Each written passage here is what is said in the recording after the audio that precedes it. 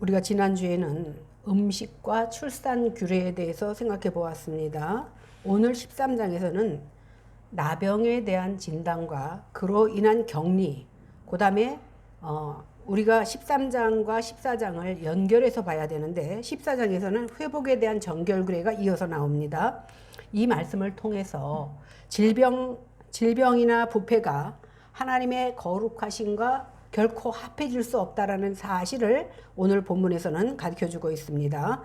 13장 1절에서 44절까지는 나병 진단에 대한 내용이 나옵니다. 이것을 세부적으로 보면 1절에서 8절까지는 환부에 대한 나병 진단이 나오고 9절에서 17절은 생살에 의한 진단이 나옵니다. 18절에서 23절은 종기의 상처에 의한 진단이 나오고 24절에서 28절은 화상의 상처에 의한 진단이 나옵니다. 그리고 29절에서 37절까지는 몸에 의한 진단이 나오는데 머리나 털이 난 곳의 문둥병 진단으로 이렇게 나눕니다. 그 다음에 38절에서 44절은 색점에 의한 탈모의 문둥병 진단이 나오고 45절, 46절은 격리에 대한 내용이 나옵니다. 그리고 47절부터 59절 마지막 절까지는 의복이나 가죽에 핀 나병에 대한 말씀이 나오는데 이러한 말씀들을 통해서 사람이 하나님의 임재 속에 들어가려면 반드시 자기의 삶에서 부패와 곰팡이 같은 균들을 없애야 된다라는 것을 오늘 우리에게 교훈하고 있습니다. 사실 하나님의 백성이 두려워해야 될 것은 뭐냐면 이스라엘 백성이 두려워했던 나병이 아니라 사실은 우리의 죄악입니다. 이 말씀을 제가 준비하면서 사실은 우리가 나병 환자를 저는 직접 봤거든요. 나병 환자는 참 보기도 흉측하고 가까이 가기가 싫습니다. 만약에 나병을 겪었던 환자가 나에게 악수를 청하면 아무도 그 손을 선뜻 내밀지 못할 겁니다. 그런데 사실은 나병 환자보다 더 두려운 것이 뭡니까? 내 속에 있는 죄가 우리에게는 더 두려워야 되는 겁니다. 그래서 어떤 오염이나 부패도 하나님의 백성의 삶을 더럽히게 하면 안 된다라는 것을 가르쳐주기 위해서 오늘 하나님께서는 13장과 14장에 나병에 대한 규례를 우리에게 허락하신 줄로 믿습니다. 사실 성경에 보면 전염병이라고 해서 다 부정한 건 아닙니다. 전염병은 나병이 부정합니다. 그리고 질병 가운데서는 그 비정상적인 유출이 있는 그 유출병을 부정하다고 합니다. 그러면 나병의 규례를 한번 살펴보겠는데 1절에서 6절을 금방 읽었기 때문에 읽지는 않겠습니다. 여기서 나병 이렇게 옛날에는 문둥병 그랬는데 이번 개혁성경에서는 나병이라고 나오잖아요. 나병이라는 단어의 원어가 뭐냐면 차라아트 이렇게 말하거든요. 이 말은요 엄밀하게 말하면 나병이 아니라 전염성이 있는 악성 피부병을 차라아트라고 말합니다. 70인역에서 번역하는 과정에서 사실은 나병이라는 단어가 따로 있음에도 불구하고 차라아트라는 표현을 썼는데 이 차라아트라는 뜻은 뭐냐면 매질하다, 때리다라는 뜻을 가지고 있는 차라에서 유래한 말이에요. 그러니까 왜 차라아트라고 했냐면 이스라엘 백성들이 문둥병, 다시 말하면 나병이 하나님께서 주시는 형벌이라고 생각했기 때문에 하나님께 맞았다. 아니면 매질당했다, 때렸다 이런 의미에서 차라아트라고 했지 않았나 이렇게 생각을 합니다. 여기서 오늘 말하는 차라아트 그러니까 전염병인데 악성 피부병은요 사실 오늘날 의학으로 보면 별로 심각한 것들이 없습니다. 그런데 그 당시에는요 걸렸다 하면 회복도 어렵지만 공동체에서 추방당했기 때문에 공포감이나 거부감이 굉장히 컸었습니다. 만약에 이스라엘 백성들 가운데 누군가가 이런 피부병이 걸렸다고 하면 가족이나 아니면 그것을 목격한 사람들은 바로 그 사람을 데리고 제사장에게로 나가야 됩니다. 그런데요 제사장은 의사가 아니기 때문에 그가 무슨 병이다 진단하지는 않습니다. 그리고 치료해 주지도 않습니다. 처방도 안 합니다. 그러나 그것을 주의 관찰해서 부정한지 부정하지 않은지만 선언하는 것이 바로 제사장의 역할입니다. 왜 그러냐면 제사장이 하는 역할이 이스라엘 백성들의 정부정의 규례를 가르쳐 왔습니다. 그래서 그들로 하여금 자신들의 정결함을 유지할 수 있게끔 도와주는 것이 제사장의 역할입니다. 그래서 더러운 자가 성막에 들어오면 성막까지 더럽혀질까봐 그들에게 정과 부정을 내릴 임무가 제사장들에게는 있었던 겁니다. 그리고 혹시 중대한 부정에 빠진 사람이 있으면 그런 사람은 잘 골라내서 진 밖으로 몰아내야 됩니다. 왜 그러냐면 그 사람으로 인해서 나머지 이스라엘 백성들에게 그 부정함을 막게 하기 위한 조치입니다. 그래야만 그 사람으로 인해서 이스라엘 전역에 부정한 것이 퍼지지 않도록 하는 역할을 맡은 자가 바로 제사장입니다. 그러니까 정하다 부정하다 이것을 판단하는 것이 악성 피부병 규례에서 제사장이 하는 역할의 핵심이다 이렇게 생각하면 되겠습니다. 사실 우리가 지난주에 음식 규례를 보았는데 음식 규례는요 동물의 존재에 따라서 이것은 부정하다 이 동물은 정하다 이렇게 정해져 있었습니다. 그리고 사람이 부정해지는 것은 어떤 사체와 접촉했다든지 아니면 출산했다든지 월경을 한다든지 유출병이 있다든지 할 때 부정하다고 생각됩니다. 그러나 그 사람들이 부정하다고 해서 반드시 제사장에게 가서 정하고 안 정하고의 판단을 받지는 않습니다. 그러나 악성 피부병의 경우에는 다시 말하면 나병의 경우에는 반드시 제사장에게 가서 이것이 정한지 부정한지의 판단을 받아야 되는 겁니다. 왜 그러냐면 만약에 악성 피부병이라는 판단이 내려지면 그 사람은 부정한 사람이 됩니다. 부정한 사람이 되면 이제는 사회생활을 할 수 없고 그 공동체에서 추방당해야만 됩니다. 그래서 이렇게 악하다는 판정이 내려진다는 것은 그 사람의 일생이 달려있는 문제이기도 합니다. 그렇기 때문에 제사장으로부터 철저한 검진을 받아서 정확한 판정을 받아야만 되는 것입니다. 우선요, 환자의 피부에 종기나 염증으로 무엇이 돋거나 비듬이나 발진 등으로 딱지가 않거나 색점, 곧 그 얼룩 같은 게 피부에 생기면 어떻게 됩니까? 바로 제사장으로 갑니다. 제사장에 나온 사람은요, 제사장이 피부를 자세히 살피는데 보통 4가지 정도를 가지고 제사장은 정부정을 가립니다. 첫째는요, 환처의 털의 이상 유무를 봅니다. 왜 그러냐면 심각한 악성 피부병에 걸리면 그 털이 휘어진다든가 누래진다든가 아주 가늘어진다고 합니다. 그런 이상 변화가 생기면 제사장은 털의 여부를 먼저 확인을 하게 됩니다. 두 번째는 환처가 다른 피부보다 우묵한지 본다 이렇게 나왔는데 사실 우묵하다는 것은요 움푹 파였다는 말이잖아요. 근데 피부병에는요 움푹 파이는 피부병이 나중에 상처에 딱지가 떨어지기 전에는 그런 경우가 거의 없습니다.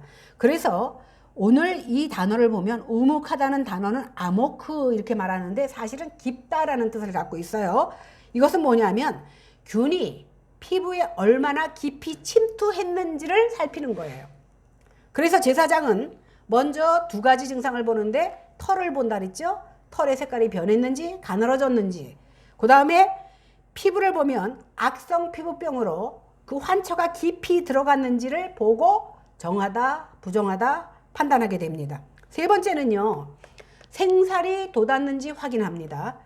여기서 말하는 생살은요, 피부 일부가 터져 피부 표면 밖으로 붉어져 나오는 상태인데 마치 그 화상을 입었을 때요, 속에서 살이 올라와서 덮이잖아요. 여러분들 화상 환자 보면요, 우리 일반 피부 같지 않고 좀 찌글찌글하면서 뭔가 반질반질하고 달라지잖아요. 이런 정상적이지 않은 흉악한 속살이 나오는 것을 여기서 말하는 거예요. 이럴 때는 곧바로 악성 피부병이다 이렇게 판정을 내립니다. 제가 저희 그 강원도에서 목회할 때 그 손으로 기어다니는 집사님이 있었어요. 그 집사님 다리가 그 5살 정도, 몸은 어른인데 5살 정도의 그 어린, 그래서 이제 그 여수 애양원에서 이 정형외과 치료를 제일 잘한대요. 그래서 거기를 갔어요. 왜냐하면 저는 보호자로 갔어. 혼자 못 걸으니까. 그래갖고 가서 2주 동안 제가 있었는데 여수 애양원에는요 안에 교회가 있어요. 환자들 교회. 근데 저는 그 안에 있는 예배를 안 드리고 2주 동안 밖에 있는 손양원 목사님이 한 그 나병 환자들의 교회를 가보고 싶었어요. 그래서 거기서 2주 예배를 드렸어요. 정말 그 사람들은요, 어떻게 생겼냐면 코가 있는데 구멍만 있어요. 손이 있는데 다 뭉그러졌어요. 근데 진짜 악수 못 하겠더라고요. 거기서 예배 드리는 것도 좀 이렇게 섬찟할 정도였어요. 그러니까 보기에도 흉악하고 그러한 병에 들여서 내가 몸에 병든 것도 힘든데 그 사람은 추방당해서 가족들하고도 함께 생활할 수 없는 그런 모습이 바로 나병의 모습이거든요. 그래서 그러한 모습이 철저하게 나타났을 때 제사장들은 악성 피부병으로 나병으로 판정을 합니다. 그 다음에 네 번째는요, 온몸에 퍼져 있는지를 살펴봅니다. 여기서 아까 우리가 세 가지를 말한 증상이 없어도 7일 동안 격리시켜 둡니다. 그리고 7일 후에 그 여부를 봤을 때 증상이 있는 것이 확인이 되면 악성 피부병이 되고, 그 증상이 더 이상 진전되지 않고 그대로 있으면 다시 7일을 연기합니다. 그래서 14일 동안 격리한 후에 피부에 더 이상 퍼지지 않으면 정하다고 판정을 하고, 그 후에 판정이 나면 피부병으로 판정을 하게 되는 겁니다. 이러한 내용들이요, 6절, 12절, 13절, 그 다음에 38절에서 39절에 나오는데, 보통 우리가 12절에서 13절을요 좀 난해한 성경 구절이다 이렇게 하기 때문에 한번 12절 13절을 읽어보겠습니다. 시작. 제사장이 보기에 나병이 그 피부에 크게 발생하였으되 그 환자의 머리부터 발끝까지 퍼졌으면 그가 진찰할 것이요, 나병이 과연 그의 전신에 퍼졌으면 그 환자를 정하다 할지니 다 희어진 자인즉 정하거니와.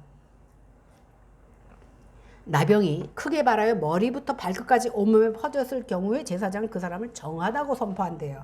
우리가 생각하기에는 나병이 전신에 퍼지면 부정해야 맞는데, 여기서 정하다고 하니까 사람들이 이것에 대해서 일반인들이 모르는 게 정상이잖아요. 왜 온몸에 퍼졌는데 정하다고 하느냐 하면, 일반적으로 나병은요 다닥다닥 나는 게 아니라 몸의 부분에 색점이 발생한다고 그럽니다. 이것이 갑자기 전신에 퍼진 것은요, 몸 안에 독이 밖으로 분출되어서 오히려 완쾌되려는 과정으로 보는 겁니다. 그렇기 때문에 현대의학에서는요, 딱지가 말라 떨어지는 것으로 생각해서 사실은 나병으로 보지는 않고요, 백반병이나, 그러니까 피부가 하얘지는 거, 그런 병이나 만성 건선으로 본다 그래요. 그런데 그 당시에는 이러한 세부적인 증상에 대해서 알지 못하기 때문에 그냥 정하다. 그러니까 그 사람들도 이렇게 딱지가 않고 새살이 올라오면 전신에 퍼졌으면 난다라는 걸 알고 있었던 것 같아요, 제사장들이.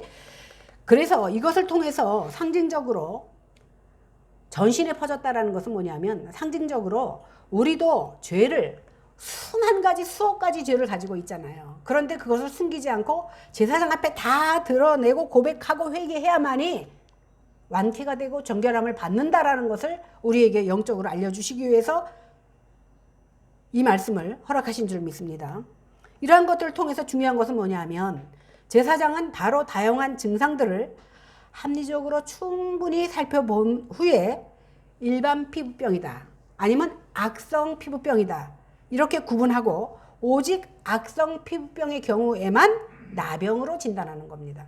자기의 감정이 섞이는 게 아닙니다. 사실 나병뿐만이 아니라 이 세상에 있는 모든 질병은요, 세상이 부패하고 내가 죄 때문에 비롯된 거거든요.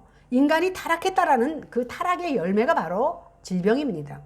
이 질병의 결과가 무엇으로 이어지냐 하면 죽음으로 이어져요.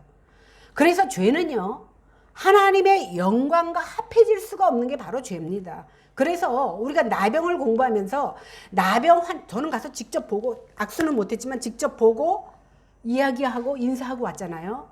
이렇게 추악한 나병보다 더 무서운 것이 뭐냐면 내 속에 있는 죄악이라는 겁니다.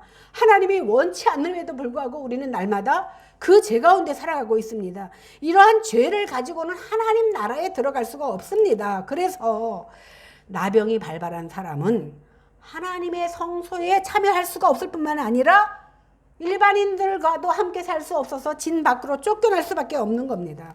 이렇게 질병은요, 인간이 연약하다는 증거가 바로 질병입니다. 그런데요, 성경은요, 이 연약함의 증거로 이 연약함이 죄로 말미암아 시작되었지만, 이 죄가 연약함의 증거로 병으로 나타났다 할지라도 성경에서는 이 병이 바로 죄다 이렇게 정죄하지는 않습니다. 왜 그러냐면 이 죄가요, 하나님의 창조 질서의 정상적이고 온전한 상태가 아닌 것이 바로 죄예요.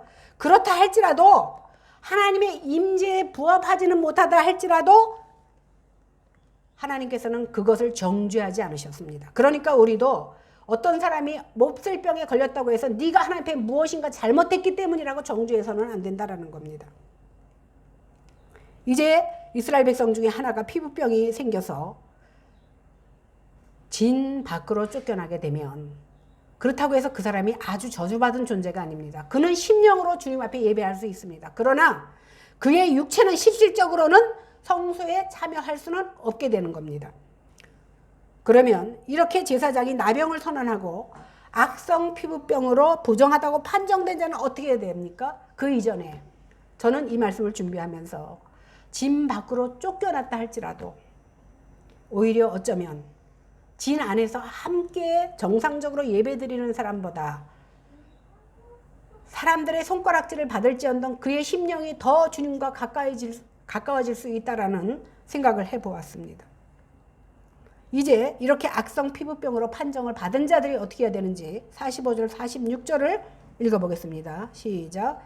나병 환자는 옷을 찢고 머리를 풀며 윗입술을 가리고 외치기를 부정하다 부정하다 할 것이요 병 있는 날 동안은 늘 부정할 것이라. 그가 부정한즉 혼자 살되 진영 밖에서 살지니라. 오늘 나병으로 판단을 받으면 사실 우리가 남이 암으로 판정받았을 때는요, 그냥 남의 일이니까 별로 쇼크 먹지 않습니다. 그런데 내가 만약에 받았다고 하면 굉장한 쇼크가 있을 겁니다. 역시 이 시대에 나병으로 판정을 받으면요, 먼저 옷을 찢고 머리를 풀어서 극도의 슬픔과 애도를 표해야 됩니다. 옷을 찢는다는 것은 뭐냐면 내 가슴이 찢어질 정도로 아프고 힘들다는 표현으로 그들은 옷을 찢었거든요. 그리고 머리를 풀어 헤친다는 것 역시도 슬픔이 극도에 달아서 정신을 차릴 수가 없다라는 표현으로 머리를 풀어 헤친 겁니다. 이렇게 슬픔을 표현한 것은요, 이제는 자신이 이웃과 내 가족과 또 하나님과도 정상적인 관계를 맺을 수 없는 그런 단절된 채로 이제는 지내야 된다라는 슬픔을 표현하는 것입니다.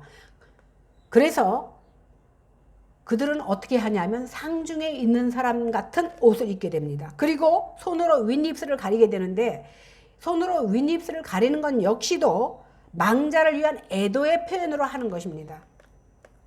그거로서 끝나는 게 아니라 그는 뭐라고 얘기합니까? 부정하다 부정하다라고 외쳐야 됩니다. 왜 외쳐야 되냐 하면 그 소리를 듣고 정결한 사람들이 그를 피해서 더러움과 오염으로부터 멀어져야 되는 것이기 때문입니다.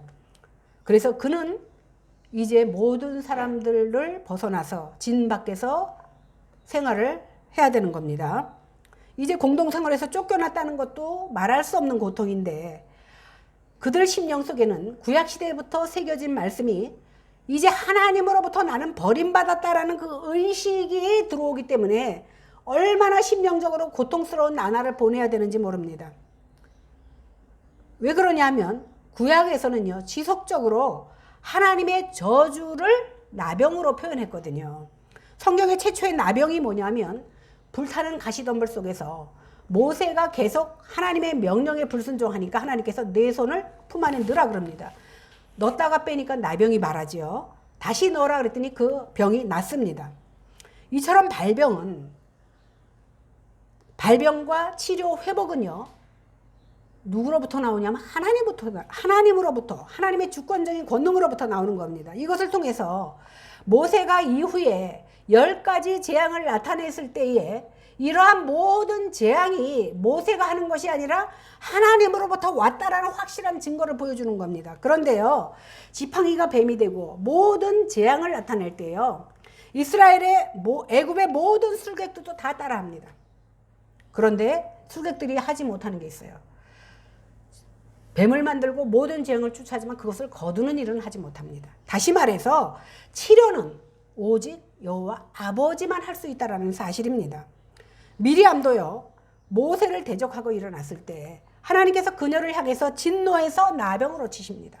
물론 그를 다시 고쳐주셔요. 그러나 그가 나병이 걸린 일주일 동안은 어떻게 해야 됩니까? 그도 역시 진 밖에서 생활할 수밖에 없었습니다.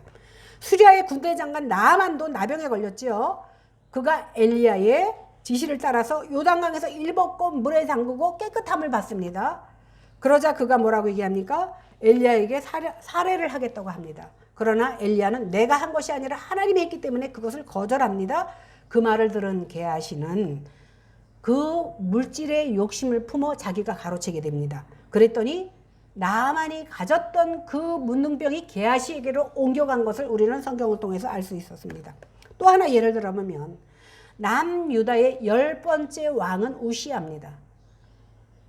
왕이 해야 될 일이 있고 선지자가 해야 할 일이 있어요. 그는 향단에 불을 피우기 위해서 성전으로 들어갔습니다. 그러자 제사장이 왕이 하면 안 된다라고 나무랍니다. 그랬더니 감히 네가 나한테라고 소리 지르며 화를 내자 그에게 나병을 하나님께서 허락하신 것을 우리는 성경을 통해서 알 수 있습니다. 이렇게 이러한 예들을 통해서 이스라엘 백성들은 나병은 하나님께서 저주로 주신 병이다라는 인식이 있었습니다. 그래서 그들은 진 밖에서 모여서 살면서 심리적으로 굉장히 큰 압박감과 지옥과 같은 생활을 살 수밖에 없었던 겁니다. 그러다 보니까 이제 나는 하나님께 버림받고 저주받았구나라는 의미에서 옷을 찢고 머리를 풀고 윗입술을 가리는 것으로 그들은 자신의 감정을 표현했던 겁니다. 이스라엘 가운데에는요, 나병에 걸린 사람들이 마을 밖에서 공동생활을 이렇게 하고 있었는데 신약 성경에 보면 나병에 걸린 사람들이 예수님께 나와 고침받는 일들이 나옵니다. 그런데 예수님께서는 10명의 문둥병자들을 고쳐줬다 이렇게 나오잖아요.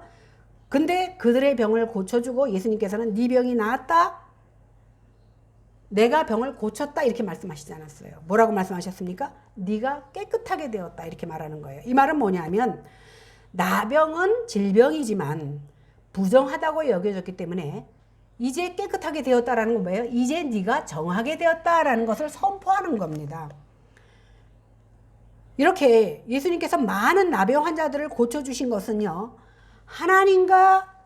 예수님께서 하나님과 사람 사이에 가려막혀 있는 그 더러운 죄의 장벽을 제거해 주시고 화목하게 해 주셨다라는 것을 우리에게 알려주는 내용입니다. 그래서 오늘 본문은요, 나병에 걸린 사람들이 들어야 되는 말씀이 아니라 영적으로 나병된 우리들, 그러니까 우리 모두에게 적용되는 말씀으로 우리가 받아야 되는 겁니다. 내가 직접 나병에 걸리지 않았기 때문에 나하고 상관없는 말씀이 아닙니다. 영적으로 나병보다 못한 죄악에 걸린 우리들은요, 우리 심령에 옷을 찢고 머리를 풀고 하나님 앞에 외쳐야 됩니다. 뭐라고요? 부정하다, 부정하다. 내가 부정함을 주님 앞에 외쳐야 되는 겁니다. 베드로는요, 예수님께서 무리를 걸으시고 평생을 자기가 어부 노릇을 했는데도 한 마리도 물고기를 잡지 못했을 때 예수님께서는 배가 그물이 찢어지도록 고기를 잡은 것을 보고 그의 신성을 발견합니다. 그 순간 그는 자신이 하나님 앞에 버림받아 마땅한 죄인임을 깨닫습니다. 이것이 은혜거든요. 그때 그는 예수님 앞에 뭐라고 얘기합니까? 주여, 나는 죄인입니다. 나를 떠나소서 고백합니다. 그런데 더 놀라운 것은 무엇입니까? 예수님은 죄가 없으신 분임에도 불구하고 베드로의 죄의 고백을 받아주시고 그를 제자로 받아주셨습니다. 우리가 똑같은 상황입니다. 우리도 베드로처럼 내 죄를 주님 앞에 고백하고 토설하며 내가 부정한 것을 주님 앞에 고백할 때에 우리 하나님께서는 우리를 버리지 아니하시고 나를 받아주시고 내 제자 삼으시며 그 은혜로 하나님 백성 삼으시는 겁니다. 제 핸드폰에는 많은 사람들이 들어가 있습니다. 대부분이 이제 믿는 사람들이고 그 중에는 목회자들도 굉장히 많이 있습니다. 어떤 사람의 제가 이 생각을 왜 하게 됐냐면 어느 날 갑자기 어떤 사모님이 저한테 딱 떴어요. 그런데 이것도 제 교만입니다. 그분을 생각할 때 좋지 않은 기억들이 많이 있어. 그럴 때 제가 생각한 게 뭐냐면 내가 그분을 생각할 때 그분에게서 하나님을 발견하지 못했듯이 다른 사람이 나를 봤을 때 역시 하나님의 모습을 발견하지 못한 모습으로 우리가 살고 있지 않느냐. 그러면서도 우리는 그분은 이제 저뿐만이 아니라 많은 사람들이 좀 이렇게 좀 꺼리는 분이었는데 막 하나님을 사랑한다는 그런 내용들이 쫙 카톡에 들어가 있는 것을 보았습니다. 그거는 그분뿐만이 아니라 저도 마찬가지입니다. 이렇게 우리는 하나님의 이름을 내 간판인 것처럼 붙여놓고 입술로 매일 사랑한다고 말을 하고 있지만 이것이 얼마나 부정하고 죄악된 입술로 부르짖기에는 망극한 일이 아닌가라는 생각을 해보았습니다. 이렇게 우리는 죄로 더럽혀져 있고 하나님으로부터 떨어진 생활, 하나님 없이 살면서 저주와 멸망의 인생을 살아온 저희들이 아닙니까? 사람의 관계에서도 먼저 하나님의 의를 이루기보다 내 의와 내 욕심과 내 생각을 관철시키기 위해서 얼마나 많은 생활을 해왔는지 모릅니다. 이렇게 우리는 저주와 멸망의 인생을 살았습니다. 그런데 예수님께서는 우리의 그런 모습을 하나도 지적하지 아니하시고 우리의 모든 죄를 씻어주시고 우리로 하여금 하나님 앞에 가까이 나올 수 있도록 은혜를 베푸셨습니다. 이것이 얼마나 큰 은혜인지 모릅니다. 이것을 날마다 생각하면서 세상 가운데 내가 버림받는다 할지라도 제가 제일 좋아하는 찬양이 이 세상 나를 버려도 나 상관없도다. 왜? 예수님께서 나 인정하시면 세상이 나를 모른다 할지라도 그것으로 만족하고 그것으로 기쁨을 누린다고 하면 하나님께서 그것을 이뻐하시고 그것을 보시고 사용하시는 줄로 믿습니다. 좀 길지만 47절에서 59절 한번 읽어보겠습니다. 시작. 만일 의복에 나병 색점이 발생하여 털옷에나 베옷에나 배나 털의 날에나 씨에나 혹 가죽에나 가죽으로 만든 모든 것에 있으되 그 의복에나 가죽에나 그날에나 씨에나 가죽으로 만든 모든 것에 병색이 푸르거나 붉으면 이는 나병의 색점이라 제사장에게 보일 것이요 제사장은 그 색점을 진찰하고 그것을 이레 동안 간직하였다가 이레 만에 그 색점을 살필지니 그 색점이 그 의복의 날에나 씨에나 가죽에나 가죽으로 만든 것에 퍼졌으면 이는 악성 나병이라 그것이 부정함으로 그는 그 색점 있는 의복이나 털이나 배의 날이나 씨나 모든 가죽으로 만든 것을 불사를지니 이는 악성 나병인즉 그것을 불사를지니라. 그러나 제사장이 보기에 그 색점이 그 의복의 날에나 씨에나 모든 가죽으로 만든 것에 퍼지지 아니하였으면 제사장은 명령하여 그 색점 있는 것을 빨게 하고 또 이레 동안 간직하였다가 그 빤 것을 볼지니 그 색점의 빛이 변하지 아니하고 그 색점이 퍼지지 아니하였으면 부정하니 너는 그것을 불사르라. 이는 가죽에 있든지 속에 있든지 악성 나병이니라.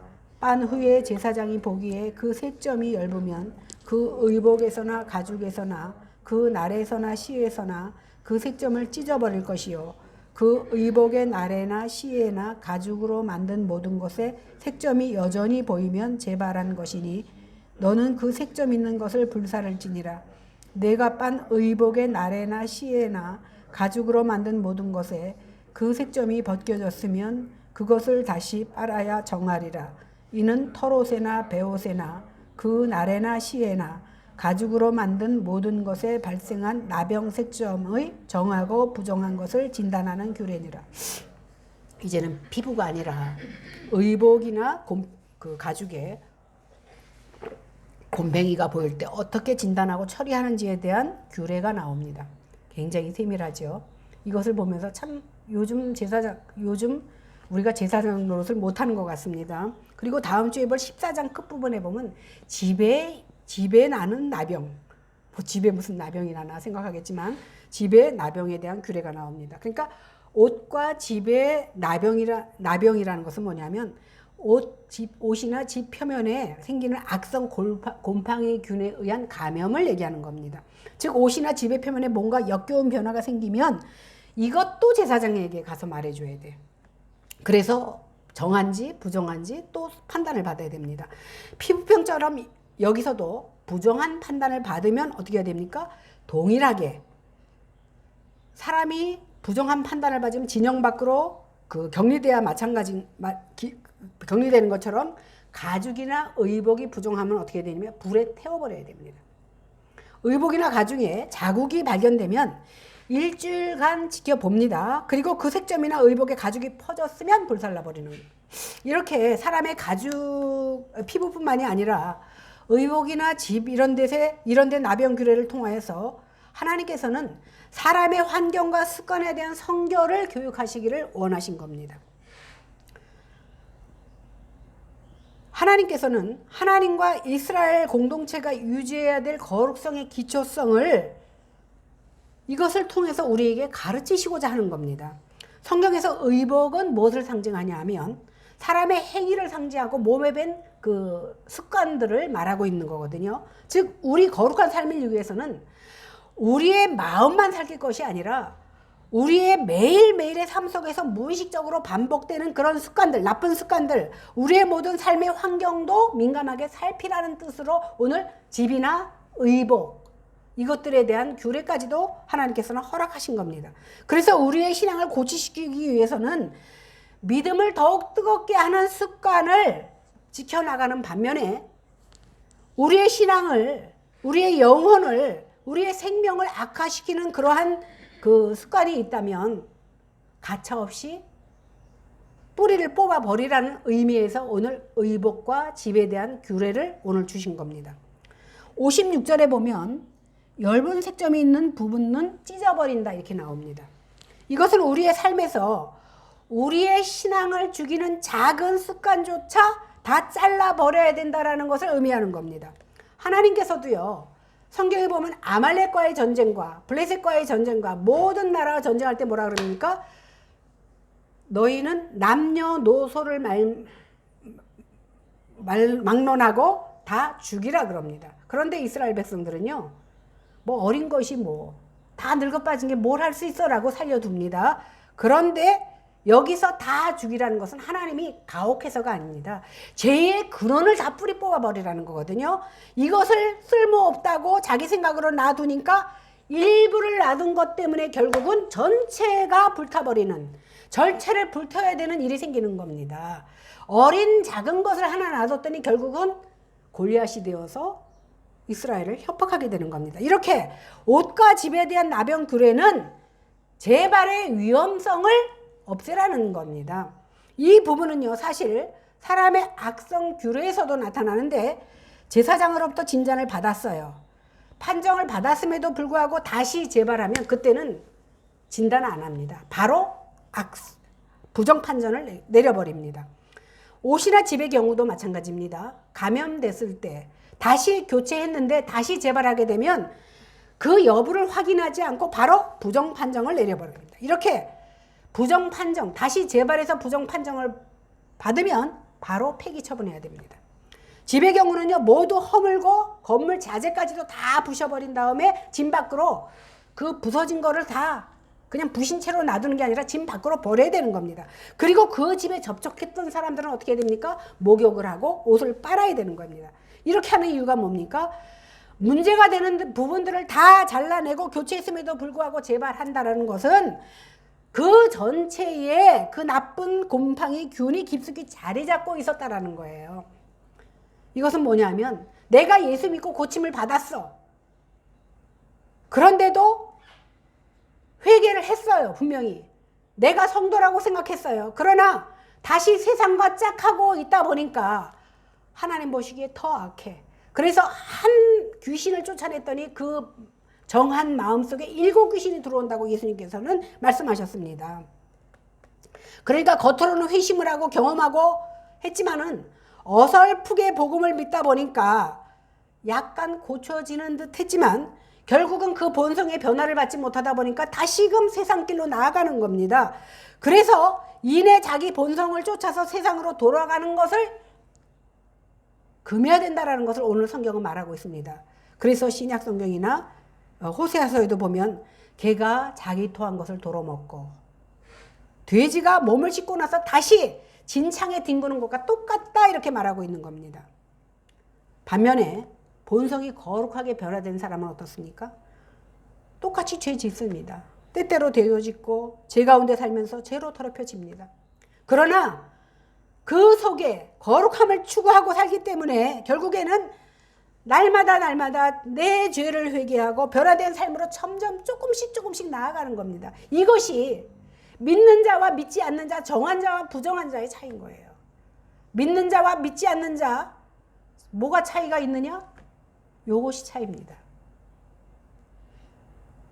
똑같은 죄를 거듭해서 짓는 것이 아니라 거듭해서 질 수도 있습니다. 그러나 내가 하나님의 거룩한 백성이기 때문에 날마다 주님 앞에 내 죄를 토설하고 회개하고 조금씩 눈에 띄지 않지만 변화되는 모습으로 나아가는 겁니다. 그렇기 때문에 누구든지 특정한 죄를 오랫도록 반복해서 짓는 것은 문제가 있습니다. 그래서 이 말씀을 통해서 내 속에 불이라고 생각되어지는 것은 만지지도 보지도 않는 삶을 살려고 애쓰는 모습이 우리 가운데 있어야 돼요. 이 시대가 악하기 때문에 사탄은 우는 사자와 같이 믿는 자라도 삼키려고 하는데, 특별히 이 시대에는요, 목자를 치면 양이 흩어집니다. 그래서 저 사람이 무슨 목자야, 똑같은 제사장이지라고 생각하고 있지만, 하나님께서 장로는 교인들의 대표입니다. 목사는 교회의 대표입니다. 하나님께서 교회의 대표로 세워놓으셨습니다. 그런데 하나님께서 교회의 대표가 무너지면 교회가 문을 닫고 교인들이 흩어집니다. 사탄이 가장 기뻐하는 일이 바로 그겁니다. 내가 모르는 사이에 혹시 하나님의 일을 거역하고 있는지 우리는 돌아보아야 될 줄로 압니다.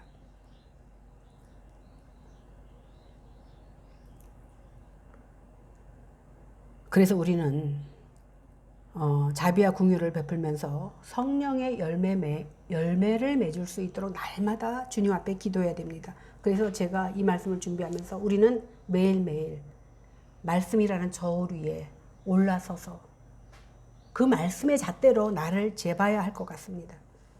오늘 말씀을 통해서 우리는 내가 예수 그리스도를 믿어서 정결한지, 아니면 회심하지 못한 부정한 모습으로 살아가고 있는지를 나를 돌이키는 귀한 말씀으로 받아야 될 줄 믿습니다. 성경에서는요, 죄 안 짓는 삶을 정결한 삶이라고 말한 적이 없습니다. 우리는 죄 지을 수밖에 없는 존재인 것을 하나님은 아십니다. 그런데 중요한 것은 뭐냐면, 죄를 짓지만 날마다 죄를 회개하고 그 죄와 싸우면서 사는 것이 바로 성화된 모습의 삶입니다. 지난주에 생각했던 것처럼요, 사체가 샘물에 떨어지면 정하다고 판정을 받습니다. 왜 그렇습니까? 우리는 매일매일 죄를 지을 수밖에 없습니다. 여기서 피부병은 겉으로 드러나는 죄를 상징하는 거거든요. 우리는 날마다 죄를 지을 수밖에 없지만, 그러나 이 불신과 외식의 삶이 골마 터지게 되면 이 마음으로 짓는 그 습관이요, 결국은 파괴적인 방식으로 죄를 더 크게 짓게 만듭니다. 죄는요, 자꾸 지으면 지을수록 만성이 돼가지고 이것이 하나님의 범죄인지도 모르고 남들도 다 하는 것이니까 나도 한다라는 자기 합리화에 빠지게 되는 겁니다. 그러나 이 시간이요, 우리는 죄성에 물들어 있지만 하나님의 말씀에 은혜로 죄에 민감해지기를 바랍니다. 그래서 모든 부정에서 우리의 마음을 깨끗하게 지키고 하나님과 더 깊고 친밀한 관계를 유지하는 성도들 다 되기를 바랍니다. 우리의 모든 습관, 그리고 모든 환경에서 어떠한 형태로든지 우리를 더럽히려고 하는 사탄 마귀에게 우리는 내 마음을 뺏겨서는 안 됩니다. 이러한 모습이 내 결심으로 됩니까? 안 됩니다. 기도할 때에 성령의 도우심을 통해서 이루어지는 줄로 믿습니다. 이러한 모습으로 삶을 드릴 수 있는 저와 여러분들 되기를 주님의 이름으로 간절히 축원합니다. 기도하겠습니다. 하나님 아버지, 은혜를 진심으로 감사합니다. 비록 우리가 이 땅에서 살면서 저희가 연약함을 짊어지고 살아가고 있습니다. 그래서 죽음에 굴복하는 모습으로 삶을 드릴 수밖에 없습니다.